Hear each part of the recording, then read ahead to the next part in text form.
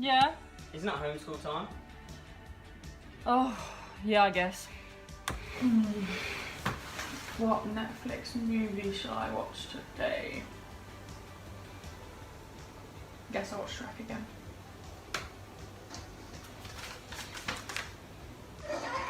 Izzy, Yeah. how's school going? Really well, actually. I'm learning a lot, yeah. Yeah, okay. See you later. Hi. Bye. God. Stop watching Shrek. Okay. Google. How to homeschool.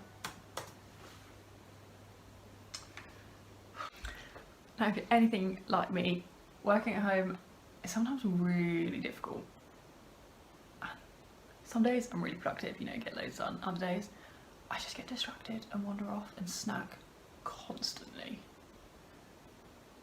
It's a real problem.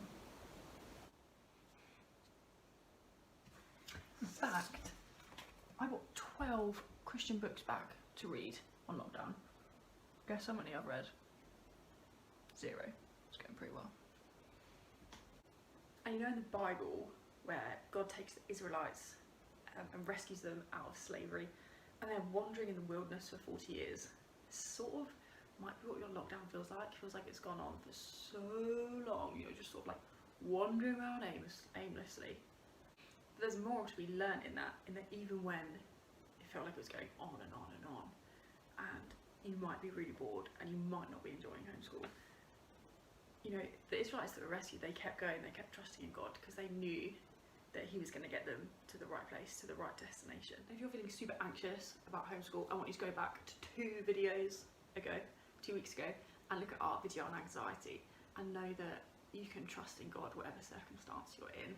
And also, if you're worried about being really far behind, they think that 1/3 of students are going to be behind. So do you know what? You're not going to be the only one that's behind. There's loads of kids that are finding it difficult to work from home. So just go back to school, your teachers will help you get there, and you're going to do really great. So, does God love you any less if your exam grades aren't quite up to scratch? The short answer is yes. Wait. How shocked were you with that answer? Honestly, the more shocked the better, because that answer was totally false. So congratulations to you, because if you were really shocked by that, that means that you already have a pretty good understanding of God's love for us and how that doesn't change depending on our grades and our earthly success. Reason number 1 why God doesn't love you any less is, if you have a little read at 1 John chapter 4 verses 7 to 21, you will get a really good understanding of God and his love and what that actually means and looks like. And part of that, in verse 2, it says that God is love.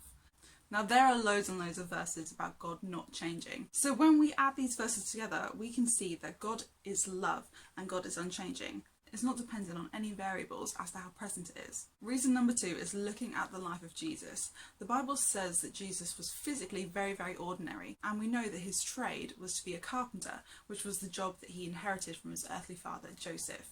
So Jesus didn't go out of his way to excel in his career and make loads of money. He was very, very ordinary. So if God the Father thinks it's okay, it's acceptable for his son to live an earthly life that is totally average and still have so much love for him, then we can apply that to our lives too.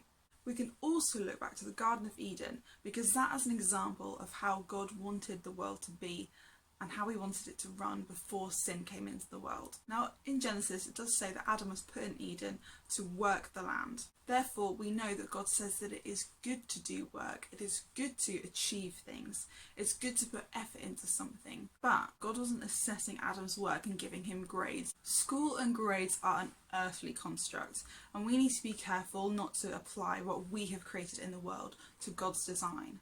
And there's no mention in the Bible of heaven being anything like school. That's not to say that we won't have to put any work in, but it does confirm the fact that in God's world there's no level of achievement, because God's not bothered about the end result, he's bothered about your heart, and we see that all through the Bible in so many different stories. And that brings us to the conclusion. Does God love you any more or less dependent on your grades? No.